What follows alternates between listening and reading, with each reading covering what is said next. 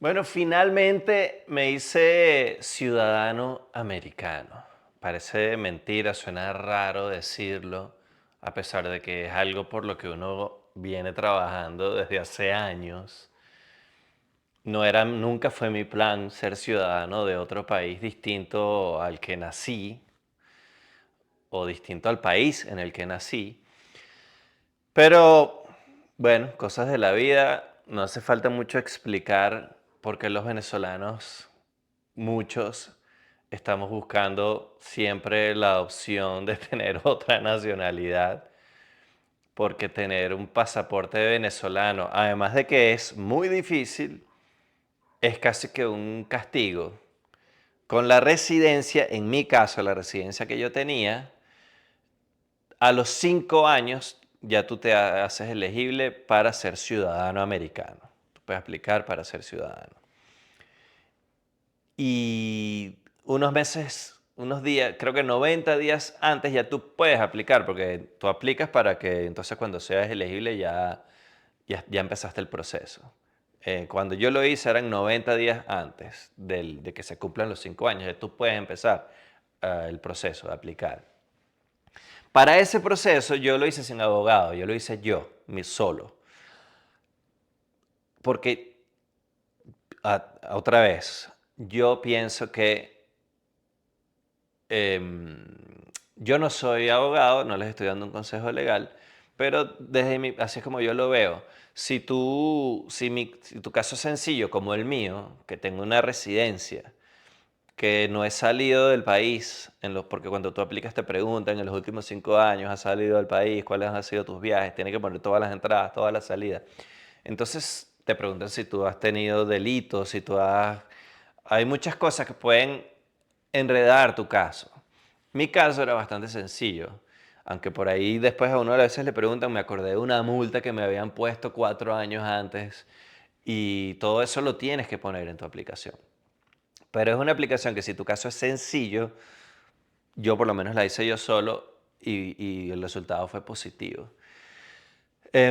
Si tu caso es más complicado, ahí tal vez sí necesitas un abogado. Entonces, bueno, yo apliqué. ¿A qué voy con esto?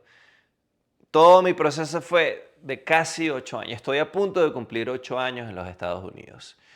Hubo un retraso ahí como de 6 meses. Yo apliqué 6 meses más tarde de lo que, a partir del punto en el que ya yo hubiera podido aplicar.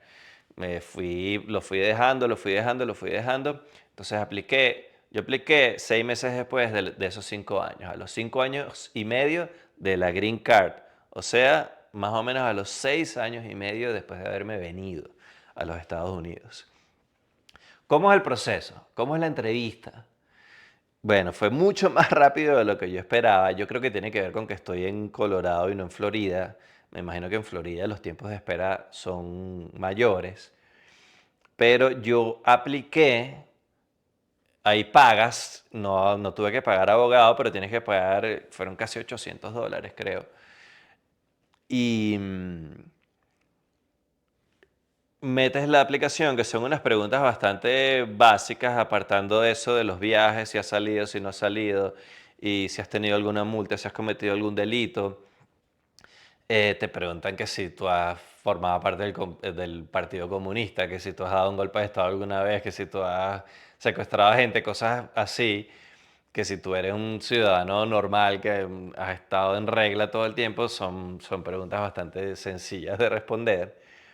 Y entonces tú mandas tu aplicación y te dicen si está aprobado o no. En mi caso estuvo aprobado, no me pidieron ninguna corrección, no hubo ningún paso extra. Y sé de gente a la que le piden cierta documentación que faltó en la aplicación original o necesitan más información sobre algo en específico. En mi caso no fue así.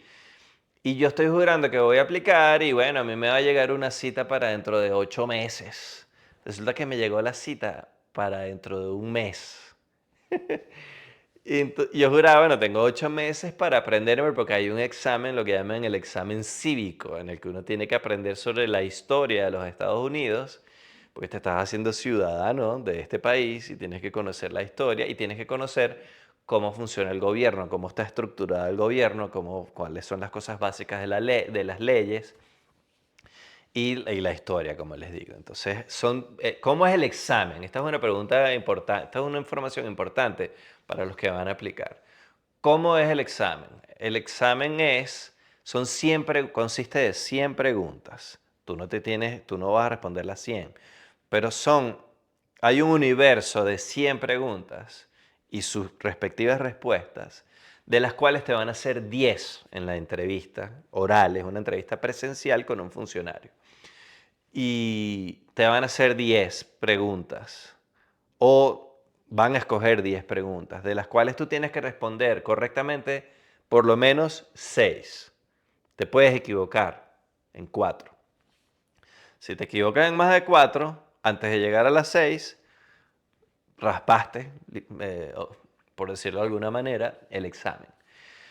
Si tú respondes 6 correctamente seguidas, ya no te preguntan más, porque ya ya llenaste el cupo que tenías que llenar. Lo cierto es que tienes que responder correctamente 6 de 10. No importa si te pelas en las primeras 3 y luego eso no importa el orden. Tengo entendido que si tú raspas el examen tienes un chance de hacerlo nuevamente. No sé en cuánto tiempo, no sé cuánto tiempo después viene la cita, no, eso no lo tengo claro. En mi caso, la funcionaria fue muy amable, de verdad fue súper amable. Y respondí las 6 preguntas. Las preguntas son bastante fáciles. En la página, yo les sugiero a los que lo vayan a hacer, en la página de inmigración, en el mismo lugar, en la misma página donde hiciste la aplicación, ahí están las 100 preguntas con sus respuestas escritas. Y hay unos podcasts y audiolibros que era lo que yo ponía en el carro cuando iba manejando o mientras estaba cocinando en la casa, con las preguntas y sus respuestas. Hay preguntas que tienen varias opciones y tú no las tienes que decir todas. Por ejemplo, menciona 3 estados que sean frontera con Canadá, 3 estados de los Estados Unidos. Hay más de 3 estados que son frontera con Canadá. Tú solamente tienes que responder 3. Entonces, por eso a mí me parece importante ver las preguntas escritas con todas las opciones de respuesta correcta y de ahí tú escoger las que sean más fáciles para ti de aprenderte. La mayoría de esos audiolibros y podcasts, por lo menos los que yo utilicé, por ejemplo, en una pregunta como esa, nada más decían 3 de los estados, cuando hay más opciones de respuesta correcta para esa misma pregunta.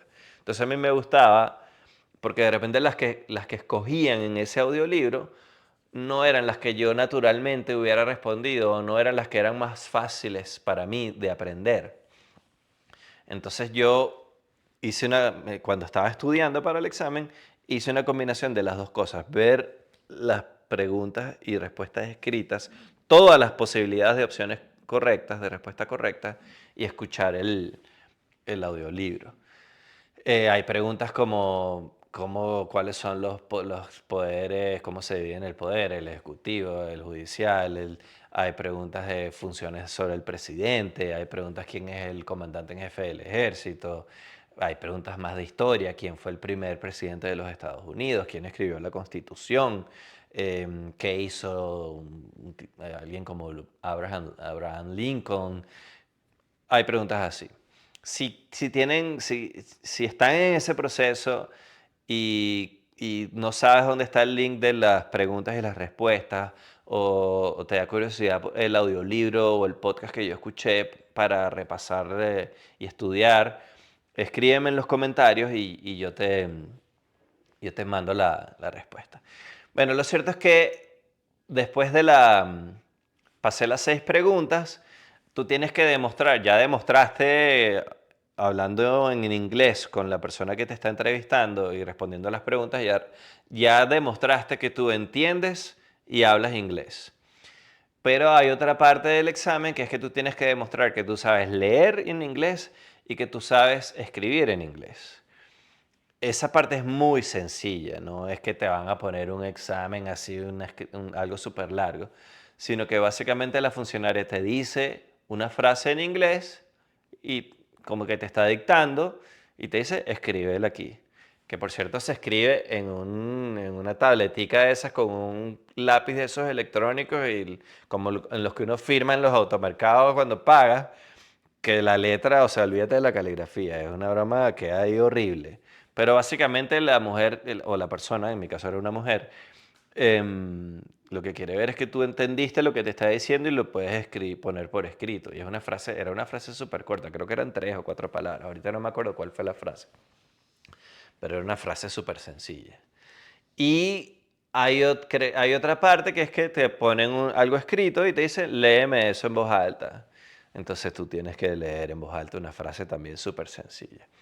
Luego te preguntan muchas de las cosas que están en tu aplicación, todo lo que pusiste en la aplicación otra vez, si tú has cometido algún delito. Por ejemplo, en mi caso, cuando yo me acordé después de que había metido la aplicación, de la multa esa que había tenido unos años antes. Entonces, eso además fue en otro estado diferente, no era donde yo vivía antes ni donde yo vivo ahora. Eso fue, yo iba de paso en un road trip que hice. Entonces me tocó, eso fue en Georgia, en el estado de Georgia. Entonces me tocó llamar a la corte en Georgia para buscar la multa y la demostración de que yo la había pagado y la resolución de que ya yo no tenía nada pendiente con la corte, que por cierto fue un proceso, tuve que mandarles un cheque por correo y una carta pidiéndoles lo que quería y ellos me mandaron entonces todo el expediente de ese caso, que era un expediente cortico porque era una multa y bueno, que pagué la multa, listo. Porque como ya yo la había pagado, no aparecía en el sistema.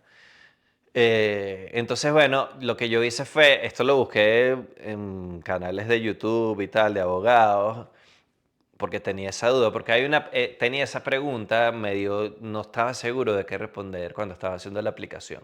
La pregunta era algo así, como que a ti alguna vez te han dado una citación, te has cometido una infracción, no una infracción, has cometido algún delito, así un juez o un abogado te haya dicho que tú estás fuera de ningún problema, alguna vez has tenido una citación. Y bueno, cuando a ti te ponen una multa, básicamente te están dando una citación, que tú la puedes pelear en la corte o puedes pagar tu multa.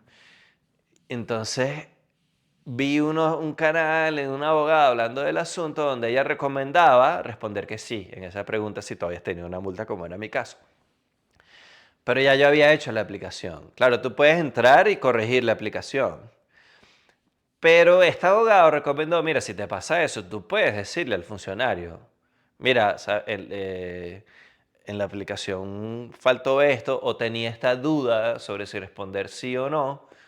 Pero bueno, mira, yo tuve una multa y aquí están los papeles que demuestran cuál es la multa que yo tuve y que yo la pagué, que yo resolví ese problema. Todos los abogados recomiendan mucho, y yo también lo hago, decir la verdad. Eh, No te van a negar la ciudadanía por haber tenido una multa porque te comiste una luz roja una vez. Pero sí te la pueden negar si tú dices que nunca has tenido una multa y el abogado y el funcionario resulta que tienen tu expediente. Mira, pero tú tuviste una multa hace año y medio, ¿por qué no me lo dijiste? Entonces es preferible decir la verdad y mostrar los papeles necesarios. Yo le dije a esta mujer, mira, después de que yo apliqué, me acordé que yo había tenido una multa, aquí están los papeles, la mujer lo vio y lo agregó en mi expediente. Mira, el aplicante trajo estos papeles para demostrar que tuvo esta multa y, y que la había pagado. También me preguntó, ¿sigues trabajando en este sitio? Porque cuando tú aplicas, tú pones dónde trabajas y cuál es la dirección. Y yo me había cambiado de trabajo después de la aplicación. Entonces le dije, yo cambié de trabajo, no trabajo ahí ya. Bueno, ¿cómo se llama donde trabajas ahora? ¿Cuál es la dirección? Y lo agregó al expediente. También me preguntó, ¿sigues viviendo en esta dirección? Y yo me había mudado después de haber hecho la aplicación. Entonces, y no quise cambiar mi dirección en mi perfil en la página de inmigración porque no quería enredar el proceso y porque yo sigo teniendo acceso a esa... yo sigo siendo amigo de la dueña de esa casa donde yo vivía, que yo le alquilaba el sótano, donde vive Dolly. Los que siguen este canal desde antes saben de lo que les estoy hablando. Es la perrita de la que yo me hice amigo. Entonces yo no tengo ningún problema en que la correspondencia me llegue allá y ella me dice, mira, te llegó una carta de inmigración. Entonces esta funcionaria me preguntó, ¿Sigues viviendo aquí? Ah, no, no, yo no vivo ahí, no quise cambiar la dirección. Le expliqué por qué no cambié la dirección. Ah, bueno, ¿dónde vives ahora? Me pidió la dirección nueva. Como dato curioso, yo soy malísimo con las direcciones. Saberme las direcciones de memoria me cuesta. Por ejemplo, yo no me sé la dirección de mi trabajo. Yo sé llegar, pero yo no me sé la dirección de mi trabajo. Y aquí donde vivo, que es donde estoy grabando ahorita, me costó. Después me di cuenta que sí me la sabía, pero me costó recordar mi dirección así de primera mano. Porque yo estoy acostumbrado a que tú lo pones en el GPS y ya, y que lo tienes en tu teléfono guardado y ya.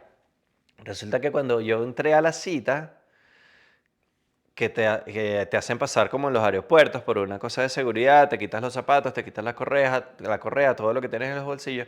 Después de que yo había pasado eso, me di cuenta que había dejado el teléfono en el carro, que además lo quería tener conmigo porque quería seguir escuchando el audiolibro de las respuestas del examen.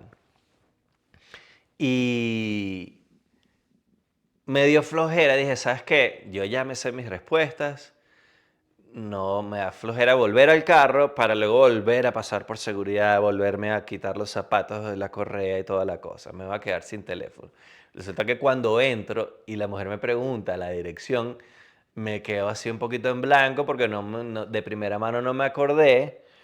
Este, y la mujer fue bastante amable. eh, me- Le di la dirección, buscó el zip code que yo le daba y no me dice, mira, pero aquí en el correo no sale ese zip code. Y le dije, no, el zip code sí estoy seguro que es. Me puedo haber equivocado en el resto de la dirección, pero el código postal sí.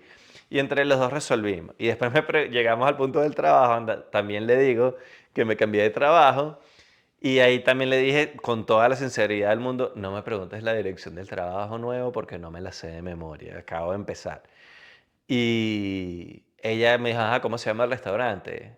Tal, papá. Y ella googleó ahí delante de mí y buscó la dirección y la puso en el expediente. Pero yo le sugiero, no sé si todos los funcionarios son así de amigables, yo les sugiero que se sepan de memoria su dirección, la dirección de donde trabajan, todos esos datos, se los sepan de memoria. No dejen el teléfono en el carro, porque tal vez lo puedes necesitar para algún dato así. No sé si todos los funcionarios te dejan usar el teléfono. Entonces mi primera recomendación es apréndanse toda esa información de memoria, que no necesites el teléfono para decirla. Y como plan B, no dejes el teléfono en el carro, por si acaso necesitas algún dato así y el funcionario te deja buscarlo en el teléfono.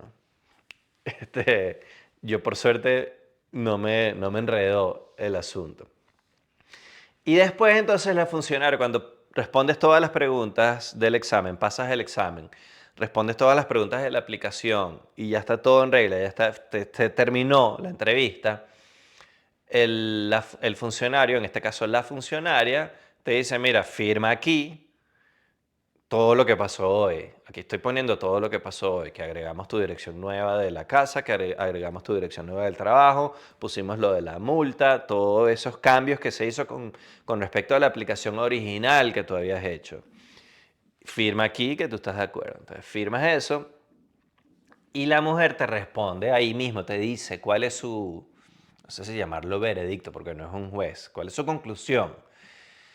Y me llamó la atención que no es que estás aprobado, ya estás aprobado, eres ciudadano. No.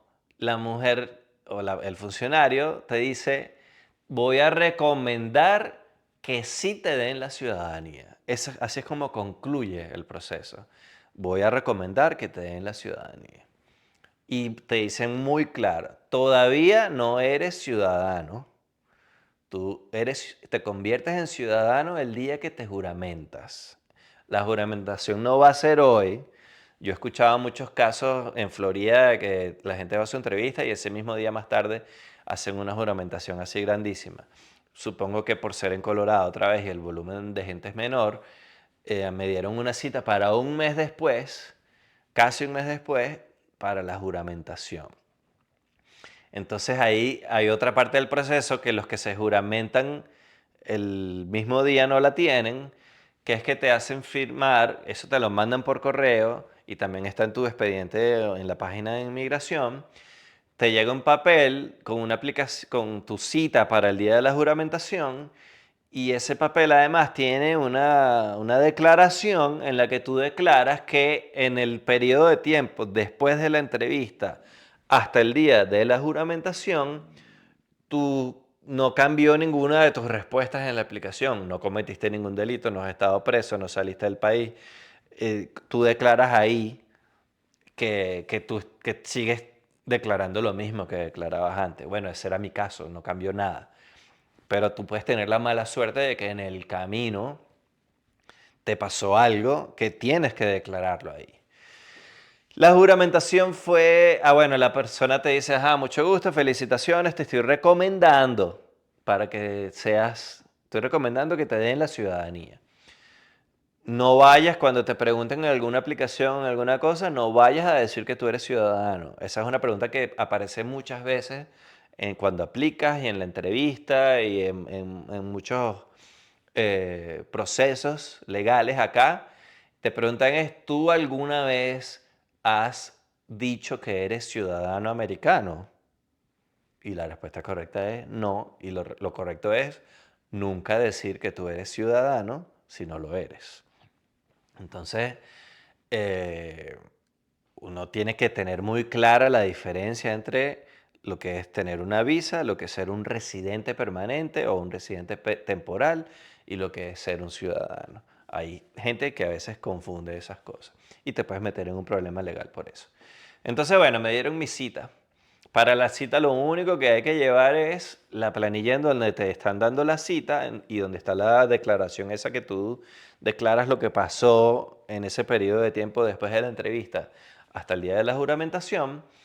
Y te dicen, tienes que traer tu ID, tienes que traer si has tenido green card, el o los green card que hayas tenido, si todavía los tienes en tu poder, los que están vencidos, si tienes o has tenido un permiso de trabajo, todos los que hayas tenido, tráelos, porque todo eso se lo quedan ellos. Entonces yo tenía mi green card y tenía 2 permisos de trabajo, porque cuando yo tuve el permiso de trabajo se me venció uno y tuve que renovarlo, entonces yo tenía 2 permisos de trabajo. Y todo eso se lo quedan ellos. Entonces entras, te dicen que te vistas, la gente se viste súper formal y tal, no es obligatorio, pero si te dicen en la aplicación, mira, no vengas como un mamarracho. Entras tú puedes llevar invitados a esa ceremonia, puedes llevar a familiares o amigos o lo que sea. Yo fui solo, tenía una cita a una hora específica y la verdad ese día el tráfico estaba mucho más grave de lo que yo esperaba y venía como atrasado, venía justo para la hora y empezó a haber más cola, más cola, más cola, empecé a estresarme. Llegué como creo que 10 minutos después de la hora de mi cita. Claro, yo había aprendido, había visto el día que fui a la cita de la entrevista, que esa vez si llegué, te piden que no llegues más de media hora antes, porque dice, bueno, mira, el espacio para esperar es limitado, no vayas a llegar 1000 horas antes porque te vas a juntar con los que están antes que tú. Te piden que no llegues más de media hora antes de tu cita. Yo llegué como 20 minutos antes esa vez y esperé como media hora, 40 minutos para que me dieran para que me dejaran entrar a la entrevista. Y la entrevista duró 20 minutos, media hora más o menos. Entonces yo venía estresada, pero a la vez diciendo, bueno, yo no soy el único que está citado para la juramentación hoy. Supongo yo que voy a llegar y, o sea, hay un proceso de seguridad que tienes que quitarte los zapatos y la cosa. Creo que 10 minutos no va a ser tan grave la cosa. Efectivamente, por suerte, cuando llegué se me pasó el estrés porque había una cola para entrar. Entonces, nada, hice mi cola, llegas al sitio donde es la juramentación, entregas lo que les comenté ahorita, el green card, los permisos de trabajo, todas las cosas, y los puestos están asignados, porque la persona que hace la ceremonia, cuando después te van a entregar los certificados y eso, los certificados están ordenados de acuerdo a los puestos. Entonces, Daniel Martínez, ellos saben, Daniel Martínez está en la silla número 5. Este, Y ahí pasó algo que yo no pensé, yo que me las tiro de duro y tal, aunque me he puesto más sentimentaloso con los años y más llorón, los gringos son muy buenos metiéndole romanticismo y drama y Disney a la cosa, ¿no? Entonces, la mujer que hizo la ceremonia era una puertorriqueña que fue súper amable y súper chévere y tal, y fue como bien emotiva lo que dijo. Y entonces luego dicen, mira, vamos a mencionar los países en donde nacieron las personas que se están juramentando hoy como ciudadanos americanos. Te dicen muchas veces, bienvenidos, estamos contentos de que ustedes ahora forman parte de los que sean ahora ciudadanos y tal. Ese es mucho el tono de del discurso o del papeleo.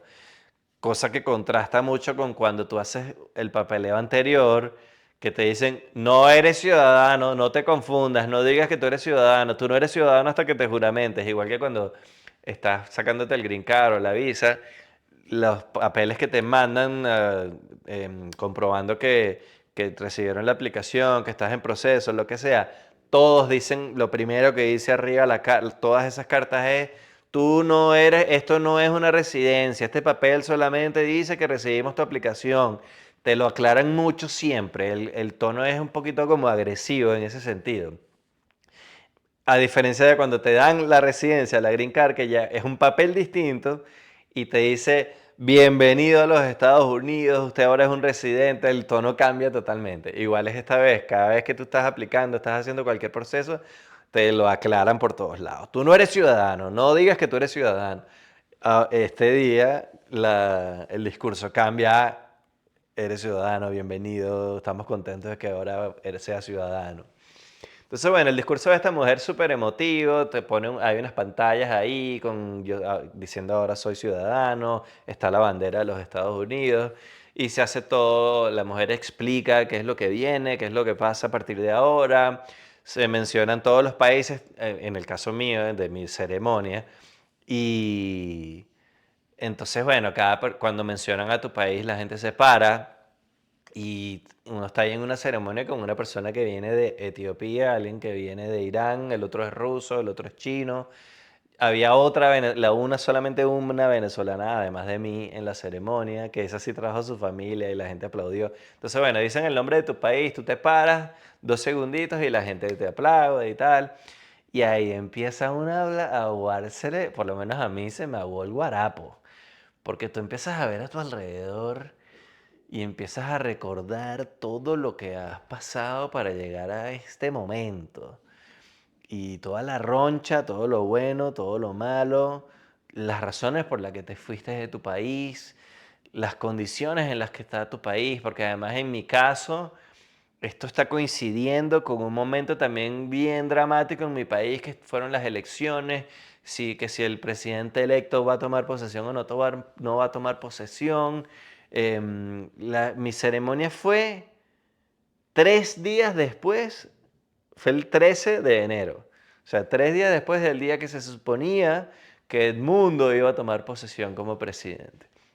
Entonces uno tiene las emociones súper revueltas, te ponen un video, te dan una banderita que aquí la tengo, mira, aquí está, te dan un pin y tal con la bandera de Estados Unidos, te dan una carta firmada por el presidente, en mi caso fue Joe Biden, dándote la bienvenida y diciéndote que está orgulloso de que tú seas un ciudadano de los Estados Unidos ahora, y te ponen un video del presidente, otra vez en mi caso fue Joe Biden, dándote la bienvenida, que creo que es el mismo discurso que está en la carta que te dan por escrito. Y cónchale, se le empiezan a revolver las emociones. A mí se me vuelve guarapo, se me salieron un par de lágrimas y la verdad que fue bastante emotivo y salí de ahí con las emociones súper movidas. Salí de ahí escribiéndole a mi familia, no solo para darles la noticia, sino súper sentimental, pues. Y también le escribí a varias personas que me apoyaron en todo este proceso, como que mira lo que pasó hoy, gracias. Bueno, aquí estoy contándoles y se me están aguando los ojos otra vez, pero quería compartir con ustedes cómo fue el proceso para los que están curiosos de cómo es Y para los que están en un proceso parecido y todavía no han llegado a esa etapa, un poquito aclararles cómo fue mi experiencia y que quizás puede ser parecida a la de ustedes y algún consejo que yo les puedo haber dado compartiendo mi experiencia con ustedes. Así que espero que les haya servido. Si tienen alguna pregunta que se me haya de alguna información que yo sepa y que no haya dado aquí por casualidad, si me la preguntan en los comentarios, con mucho gusto, si sé la respuesta, se las pongo. Pero bueno, ese es el capítulo de hoy un poquito distinto, compartiendo mi experiencia de cómo me hice ciudadano de los Estados Unidos de Norteamérica. Todavía no tengo el pasaporte, estoy en ese proceso. Estoy justo en el proceso de cambiar muchas cosas. Yo tengo que mudar mi licencia de Florida para Colorado, que no lo había hecho todavía. Tengo que notificar al Social Security, tengo que sacar ya me registré para votar, ahí mismo saliendo, esa es otra cosa. Saliendo está la gente que te ayuda a que te registres de una vez para votar y está la información que no lo puedes hacer, por lo menos en donde yo lo hice. Creo que hay otros estados, otras sedes, en donde sí lo puedes hacer ahí directamente, que es sacarte el pasaporte. En mi caso no fue así. Estaba una mesa donde te daban la información y te respondían dudas y te dan la planilla que tienes que llenar para sacar el pasaporte, pero no lo hacían ahí. Tienes que pedir una cita en otro lado. Así que bueno, eso es lo que se me ocurre que les puedo contar de información que puede ser útil para gente que esté en un proceso parecido o gente que tiene la curiosidad de cómo es el proceso de hacerse ciudadano de los Estados Unidos de Norteamérica. ¿Cuánto me tardé y cómo fue mi proceso para ser venezolano, para ser ciudadano americano, siendo venezolano? Y me da mucha risa porque, por ejemplo, hay muchos gringos que no entienden el tema de la inmigración, el tema de la ciudadanía. Hay muchos gringos que ni siquiera, que nunca han tenido un pasaporte, que nunca han salido de su país, que nunca han salido del mismo estado donde viven y donde nacieron. Y no entienden la diferencia entre una visa, una residencia o un green card y un pasaporte o una ciudadanía. Eso a mí siempre me ha llamado la atención. Yo, estando en Venezuela y siendo venezolano sin ser inmigrante, tenía muy claro eso, porque a uno como venezolano le toca pedir visas a otros países para poder viajar de turista. Y bueno, después con la situación de Venezuela, casi que todos nos convertimos en expertos en inmigración en diferentes países, ¿no? Lo cierto es que, ¿cómo fue mi proceso? Yo no soy abogado, yo no les estoy dando un consejo legal, consejos legales acá.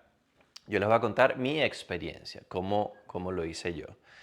Yo me vine a los Estados Unidos en el 2017 con una visa tipo O, que es lo que llaman una visa de habilidades especiales. Era conocida en la farándula como la visa de artista, que no necesariamente tienes que ser un artista para eso, para tener una de esas. Pero es una visa básicamente de trabajo que me la dieron por 3 años. Yo contraté a una abogada, estando yo en Venezuela, contraté a una abogada aquí en Estados Unidos porque quería tener un plan B. Nunca fue mi plan irme. Yo tenía una carrera, tenía una vida, novia, apartamento, carrera. Pero bueno, uno empieza a ver que las cosas se van complicando cada vez más, uno empieza a perder esperanzas, uno empieza a tener dudas. Y yo quería tener un plan B. Por esa razón yo contraté a esta abogada. Porque para mí nunca fue una opción irme a otro país de manera ilegal. No por razones morales, sino porque de verdad que a mí me da mucho miedo, estrés, me parece muy peligroso. Yo por lo menos no me sentía, no estaba ni tan desesperado para hacerlo de esa manera, ni, no sé, no lo consideré. Entonces mi principio siempre fue, si me voy a ir a otro lado, quiero hacerlo de manera legal, no quiero tener el estrés de que además de que estoy dejando todo atrás para empezar en otro lado, tener siempre como esa guillotina ahí encima de que tú no estás legal en cualquiera que sea el lugar a donde te fuiste. Entonces, contraté una abogada, gasté mucho dinero, gran parte de mis ahorros en contratar a esta abogada. Entonces, me parece que los vale la pena. A mí un consejo que les puedo dar es no ahorren en abogados. Si piensan hacer un proceso de este tipo, esa tiene que ser el presupuesto, la gran parte de su presupuesto o una gran parte del presupuesto tiene que invertirla en tener un buen abogado que haga un buen trabajo y un buen proceso. Porque si conozco muchos casos de gente que por ahorrarse dinero contrataron a un abogado chimbín por ahí o un paralegal que es amiga de no sé quién o un amigo de un amigo que le hizo la cosa al otro amigo y terminan con un caso que no solamente se los rebotan, sino que ahora tienes un cangrejo ahí que tienes que contratar a otro abogado que venga a resolver no solamente tu situación migratoria, sino el rollo o el pastel que hizo el abogado anterior.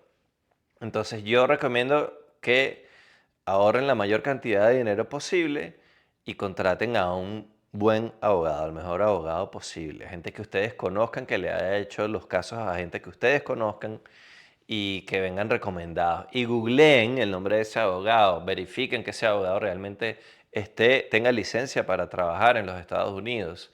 Eh, Ningún abogado serio se va a ofender porque ustedes le pidan sus credenciales. Si se ofenden y no les quieren responder preguntas tan básicas como, mira, ¿cómo yo puedo comprobar que tú eres serio en tu trabajo y que tú eres quien dice ser? Ese mismo abogado, si es serio, te va a decir, mira, aquí puedes verificar todas mis credenciales y todas mis cosas. Hay páginas para eso. Lo cierto es que entonces, eh, yo pensaba que ese proceso iba a ser muy largo, el de la visa, el de sacar la visa. Y bueno, dije, bueno, déjame empezarlo. Cuando contraté al abogado no tenía planes de irme. De hecho, estaba empezando una relación en Venezuela. Em, y resulta que ese proceso fue muchísimo más rápido de lo que yo pensaba. Esta abogada fue tan buena que básicamente, además que tú puedes pagar una habilitación para que te respondan rápido tu caso. La respuesta puede ser no, pero tienes una respuesta rápido, no queda tu caso engavetado ahí. Y esta abogada hizo un expediente tan bueno con mi carrera en televisión y en teatro y en radio, que claro, entre los dos, porque uno tiene que ir consiguiendo cartas de gente importante en el medio de uno tiene que ir demostrando la carrera que tiene. Y bueno, gracias a Dios tuve mucha gente que me apoyó y me ayudó a engordar ese expediente en el que uno demuestra que uno tiene esa habilidad especial, entre comillas.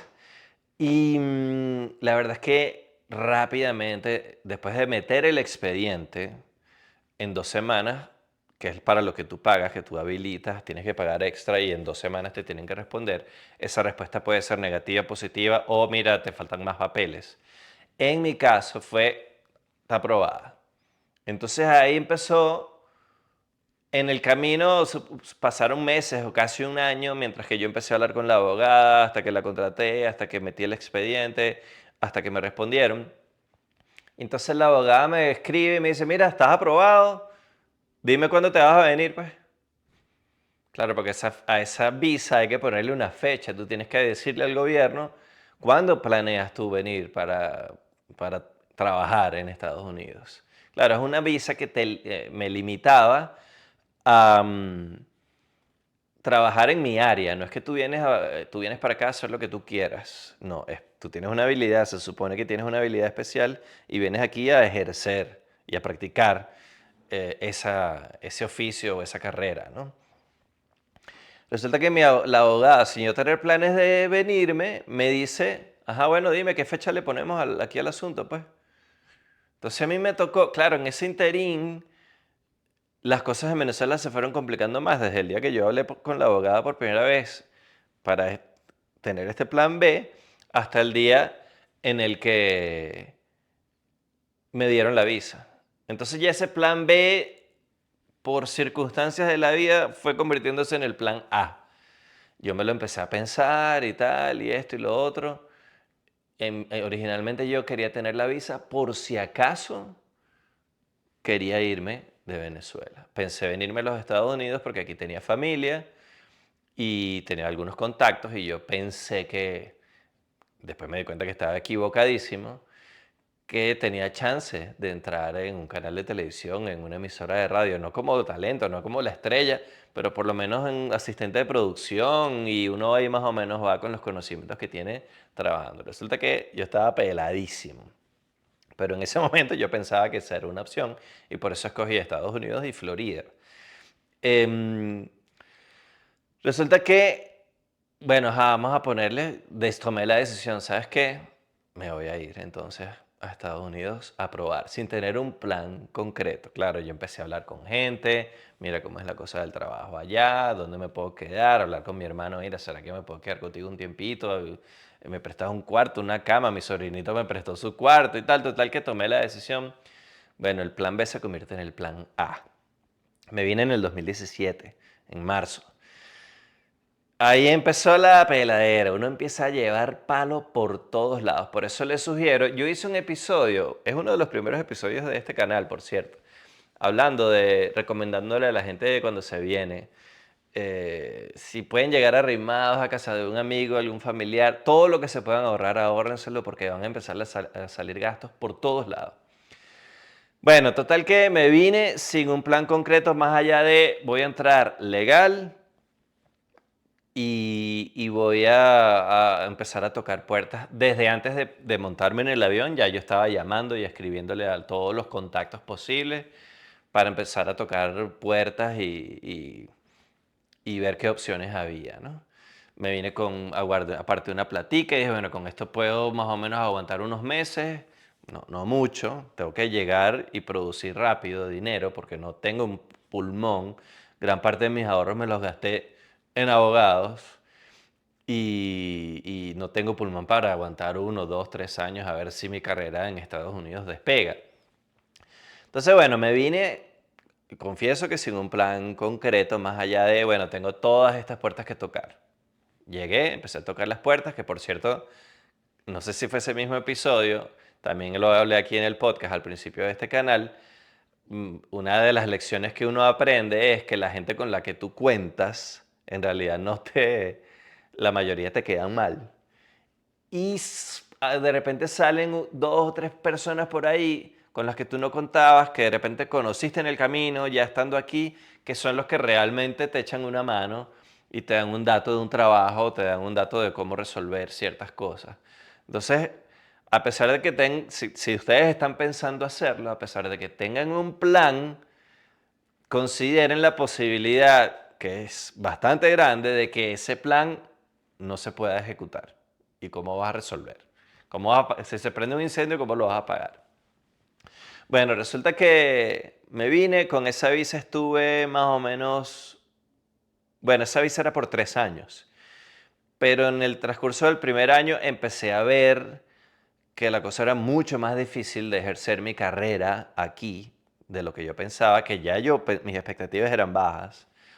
Yo hice colaboraciones en CNN en español. Hubo un momento que iba 2, 3 veces a la semana. Estaba al aire en CNN en español. No me pagaban nada por eso. Lo hice como una manera de entrar en el medio y estar en pantalla y empezar a hacer contactos y tratar de usar eso como trampolín para lograr una chamba, un trabajo ya más fijo. Resulta que hice teatro también, microteatro en el Doral, en una zona que se llamaba el Paseo de las Artes en Miami, que era de venezolanos. Esa fue una manera también de conectarme un poco con la farándula venezolana y latina en Florida y también tocar puertas. Ahí conocí gente que trabajaba en canales en Telemundo, en Univisión, y alguna gente me dio algún dato, alguna gente me dio un contacto. Pero así como estaba yo, había decenas o cientos de artistas o gente que trabaja en televisión, actores, animadores, músicos, comediantes, estaban en la misma que yo. Entonces ahí empieza uno a pedalear y a llevar palo, además de todos los gastos que te salen, cómo vas a resolver tu licencia para manejar, cómo vas, entonces de dónde vas a sacar conseguir un carro. A mí me prestaron un carro, un primo que vivía en otro estado, muy amablemente me prestó un carro, entonces no tuve gastos de carro al principio, hasta que ya estaba un poquito más establecido y logré entenderla, porque esa es la primera, una de las primeras clavadas que le echan a los que emigren es el carro. Como no tienes credit score, no importa, sin crédito, sin papeles, sin nada, te vendemos el carro. Claro, esos dealers que te venden el carro así, te clavan. Entonces la gente termina pagando 500, 600, 700, hasta $1000 si le sumas el seguro en mensuales en carro. Yo no tenía presupuesto para eso. Por suerte entonces resolví con un carrito, con un carro prestado por unos meses, hasta que más o menos agarré el hilo. Y repito, ahorren en todo lo que puedan. Si tienen que andar a pie, si tienen que andar en cola, si tienen que andar en carro prestado, háganlo. Si tienen que dormir arrimados en un sofá en casa de alguien, así sea por 2 semanas, háganlo. Mientras llegas y ves cómo es el panorama y cuáles son tus posibilidades, cuáles son realmente los ingresos que puedes tener, cuánto puedes producir. Ya después de eso, ahí tú puedes buscar, ok, bueno, me alcanza para alquilar una habitación, me alcanza para transporte público o para comprar un carrito usado barato, un viejo. Ahí ya más o menos tú te estabilizas y buscas, ya con los ingresos que tienes, cómo puedes empezar a cubrir ciertos gastos básicos. Hice teatro, ahí nos sacábamos la chicha 4 días a la semana. Eran microteatro, funciones de 15 minutos. Y hacíamos 10, 15 funciones por noche en unos containers donde hacía un calorón brutal. Y ganaba muy poco. O sea, ganaba realmente lo básico para pagar mi mercadito y mis comidas y mis cosas, pero no alcanzaba para pagar vivienda y para pagar transporte. Lo cierto es que me fui dando cuenta en el camino de lo difícil que iba a ser vivir de mi carrera. Además de eso, la abogada me comenta que yo no tengo que esperar los 3 años de la visa, que es una visa que tú puedes, se vence y tú la puedes renovar.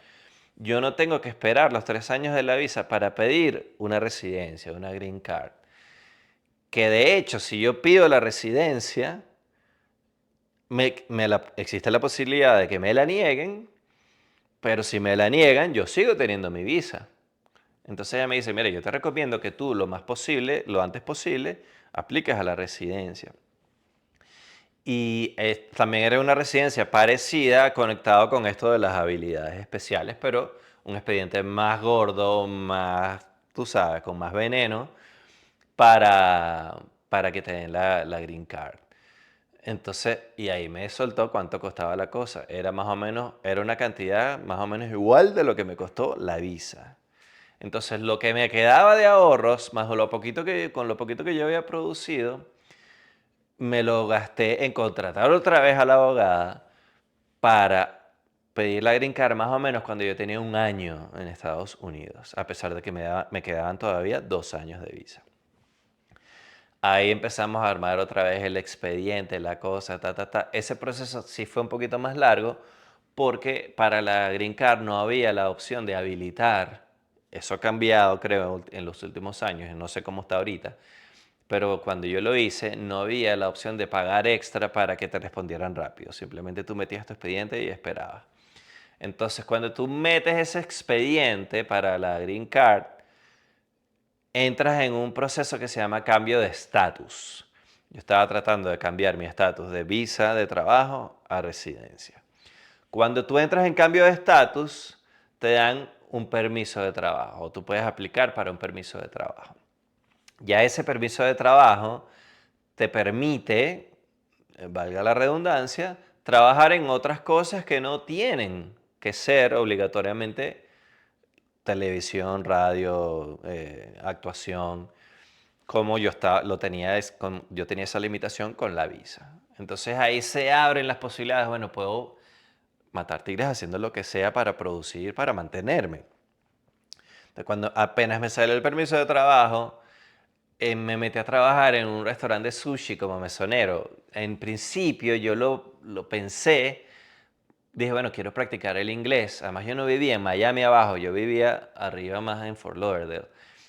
Y dije, bueno, quiero practicar el inglés, porque a mí me gustaría en un futuro poder trabajar en un canal de televisión en inglés.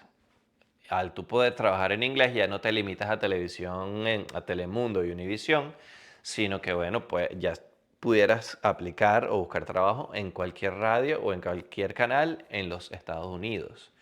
Entonces, bueno, quiero practicar más el inglés, quiero mejorar mi acento, me voy a meter a trabajar de mesonero, así produzco algo y además mejoro mi inglés. Y además me quedaba cerca de donde vivía, porque cuando yo estaba haciendo teatro y televisión y tal, tenía que manejar para Miami todos los días. Era una manejada de 40 minutos para abajo, 40 minutos para arriba. De casa de mi hermano pasé a casa de unos tíos que me prestaron un cuarto. Entonces ya no estaba tan atravesado como cuando estaba molestando a mi hermano y a mis sobrinos y a mi cuñada, que fueron súper amables de recibirme en su casa. Ahí estuve un mes y después me fui a casa de una tía. Por eso fue que terminé viviendo más arriba, porque ahí era donde estaba mi tía. Que por cierto era una tía que yo le cuando estaba en Venezuela, había hablado con ella porque sabía que tenía ese apartamento y fui a hablar con ella para ver si me lo podía alquilar, cuánto me podía costar y tal. Y ella me dijo, mira, yo tengo planes de irme también, así que no te lo puedo alquilar el apartamento, pero lo que sí lo podemos hacer es que tú te puedes quedar en ese cuarto, ahí hay un cuarto, tú te puedes quedar ahí. Bueno, ahí estuve un tiempo también arrimado mientras agarraba el hilo. Otra ayuda económica grandísima que tuve. Bueno, eso fue llevando palo con impuestos, con gastos de seguros, con gastos de todo. Así que todo lo que uno puede ahorrarse en el camino es bienvenido. Resulta que trabajando en el sushi de mesonero, me di cuenta de que estaba ganando prácticamente igual o mejor que haciendo todo lo que estaba haciendo casting para comerciales también, y me salieron varios comerciales, pero para que te salga un comercial uno tiene que estar audicionando todo el tiempo, casi que todos los días, y haces 1000 audiciones y te salen 10 comerciales. De hecho, hay gente que pasa horas y semanas y meses haciendo audiciones y no le sale nada. Yo tuve la suerte de que me salieron algunas cositas, no mucho. Y yo saqué la cuenta y dije, bueno, todo este tiempo que yo le estoy dedicando a hacer audiciones, todas estas horas de trabajo, a hacer audiciones, no solamente preparándome para la audición, sino manejando hasta Miami para hacer el casting, manejando de vuelta.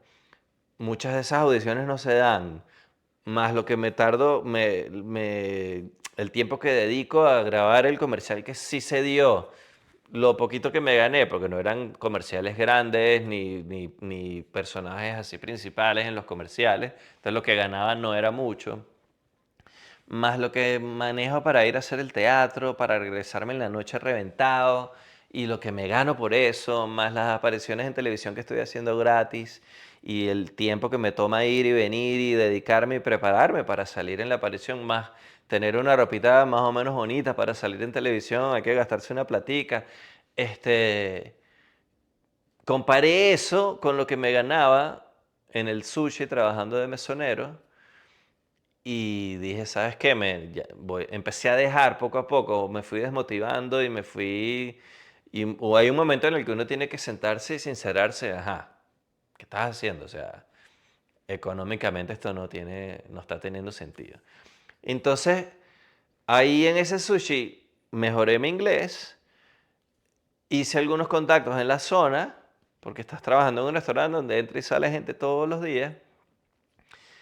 Y había oído de un restaurante enfrente en donde ganaban muy bien los mesoneros. Entonces apliqué ahí, me aceptaron, ahí me entrenaron, que por cierto, si yo hubiera sabido todo lo que uno tiene que entrenar y aprender y prepararse y pasar para poder ser mesonero en un buen restaurante, yo creo que yo no hubiera aplicado. Yo apliqué un poquito así a ciegas y me di cuenta cuando yo estaba montado en el burro y lo arrié. Pero no, yo no sabía que era tan duro y si lo hubiera sabido, yo creo que hubiera arrugado. Lo cierto es que ahí entré en ese restaurante que ya era más formal, ya era más serio, era un horario más forzado y me tocó ir cada vez progresivamente, fui dejando de lado un poquito mi carrera y empecé esta otra carrera en el servicio de la hospitalidad, en la industria de la hospitalidad. Y ahí estuve, en ese restaurante estuve 3 años. Gracias a ese trabajo, ahí fue cuando realmente empecé a ganar. Ahí me mudé para mi propio apartamento, compré un carrito porque en el restaurante conocí a un tipo que era dueño de un dealer, entonces hice un contacto y más o menos no me clavaron tan feo. Y entonces gracias a ese trabajo ya pasé el siguiente escalón que es vivienda, ya por mi lado, ya no estoy arrimado en casa de nadie y ya tengo carro. Entonces ya teniendo carro, también se abrió la posibilidad de si necesito ingresos extra, puedo hacer Uber, puedo hacer Lyft, puedo hacer esas cosas, ¿no? Entonces yo trabajaba de mesonero y en algunas madrugadas salía a manejar. No me gustó hacer Uber. En ese momento creo que todavía no existía Uber Eats. Eso empezó después. Y yo no hacía Uber, yo hacía Lyft. Y bueno, me redondeaba una plática extra, pero la verdad es que no, a mí no se me dio lo de hacer Uber, no me gustó. Además que uno no gana la gente no gana lo que cree que está ganando, porque una cosa es lo que te está entrando, pero hay un pocotón de gastos que no los ves inmediatos, que es la pela que tú le estás dando al carro. Vas a gastar más en cauchos, en frenos, en filtros, en aceite, en gasolina, que esa es una cuenta que la vas a sacar es a la larga, ¿no? Bueno, eso es algo que los taxistas lo manejan muy bien, pero uno que no se dedicaba a eso, que empiezas a manejar así de repente, no, sí, me estoy ganando tanto, mira, me llegó el depósito, sí, pero de esa parte tienes que sacar un presupuesto para hacerle mantenimiento al carro. Lo cierto es que así pasé, en ese restaurante pasé 3 años, hasta que, no, bueno, 3 años, dentro de esos 3 años está incluida la pandemia. Vino la pandemia y este, pasé un tiempo sin trabajo, pero por lo menos el gobierno, hay una ayuda ahí del unemployment y tal, y más o menos con eso me redondeé. Después terminó no la pandemia, pero lo que llaman el lockdown, empezaron a abrir los negocios otra vez, había que trabajar con la máscara. Y abrimos otra vez, este restaurante me llamó, que nos habían votado a todos, o nos habían dejado ir, y me llamaron otra vez para volver. Todo ese cuento está en los episodios originales de este podcast, porque casualmente en esa época es que yo estaba empezando el podcast. Hice las primeras grabaciones, al principio en audio, después el canal de YouTube y tal. Bueno, resulta que em, sin haberlo planificado terminé haciendo una carrera en la industria de la hospitalidad. Yo he contado mucho sobre eso aquí en el podcast, pueden buscar episodios anteriores. De ahí pasé a otro restaurante y al final me terminé cansando un poco de Florida, me vine a Colorado, a Denver, que es donde vivo ahora. Y aquí sigo, la hospitalidad y ese otro oficio que he ido aprendiendo, en el que ya he acumulado una experiencia que me lleva a mí a estar en una posición en la que yo puedo entrar a trabajar en buenos restaurantes y vivir de esto. Y es una carrera en la que si uno se lo toma en serio, uno puede ganar bien. Es forzado, son horarios bien forzados, físicamente es fuerte porque tienes que pasar muchas horas parado, pero bueno, todos los trabajos tienen sus cosas buenas y sus cosas malas. Así que aquí estoy todavía con las emociones revueltas. Gracias por haber escuchado todo mi cuento y hasta que llegó Daniel necesita que lo escuchen.